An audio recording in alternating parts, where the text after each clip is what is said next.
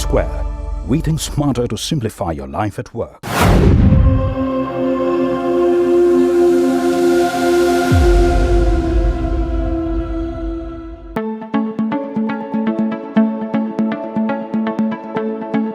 Indian Oil Tanking Limited, combining the strength and reputation of their parent companies, Indian Oil Corporation Limited and Oil Tanking GmbH Germany, is continuously growing, innovating, and improving. IOT's unique value proposition to customers in India is bringing globally benchmarked industrial and HSSE practices. In an interview with Lotto influencer Dr. Nalini Gulati, the Vice President HSSE, Mr. Uday Kamath, has emphasized that systematic Lotto implementation is imperative in safeguarding people and equipment. He has very beautifully summarized the golden nuggets on enhanced safety culture development for effective energy isolation. Leaders lead with a vision.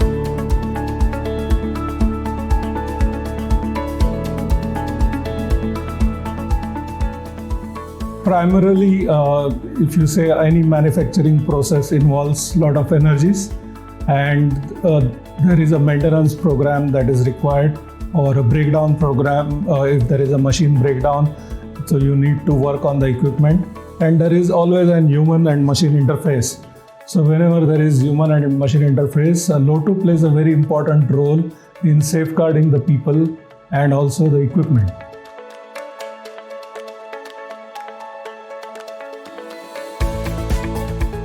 The focus of Lotto implementation was on electrical energy, and when it started evolving, the other energies also came into place.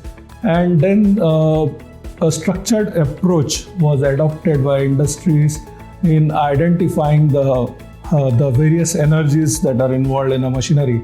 So that itself involved a competency issue, because people could not identify the different types of energies in a particular machinery. So that was the initial challenge. So that secondly, we had electrical equipments which did not have, or the Lotto equipments were not designed for the electrical equipments. So there was a problem of fixing the locks on the electrical panels. Right. So third was about training the people on awareness, because the mindset was if you use Lotto or work permit, then it's more time consuming. Yes. So it is about the mindset of the people also. Yeah.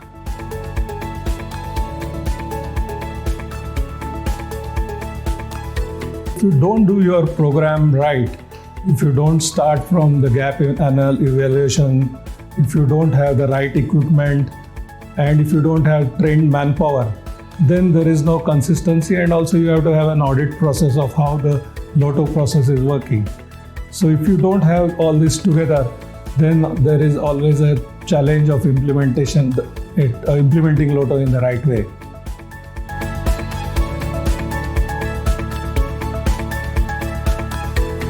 Yeah, some of the equipments require live power testing live, because if you have to see a setting of some equipment, then you need to work with power. So that is the time where we exempt it from Lotto process, but then there is a procedure defined to do the live testing.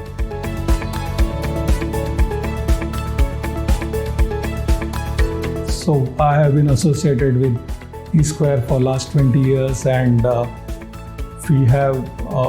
they have supported us in doing the right surveys, training people in different organizations, and also they have a unique ability to design the Lotto equipment as per our need.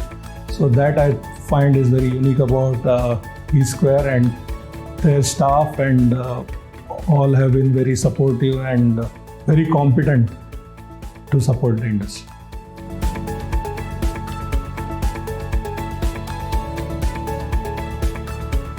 So any safety management system that I need to implement, so I tell my team that we have to sell the system.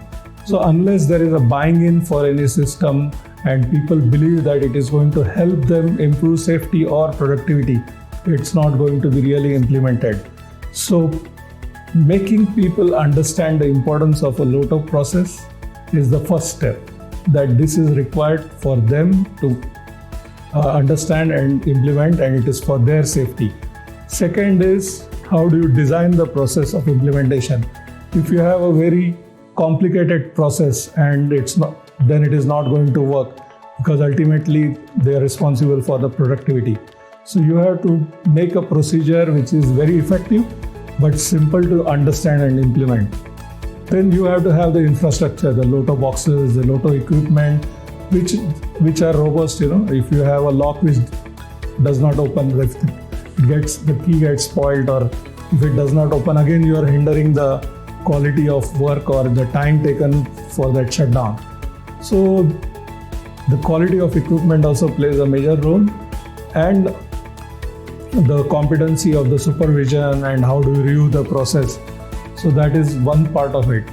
But safety culture is about involving the people.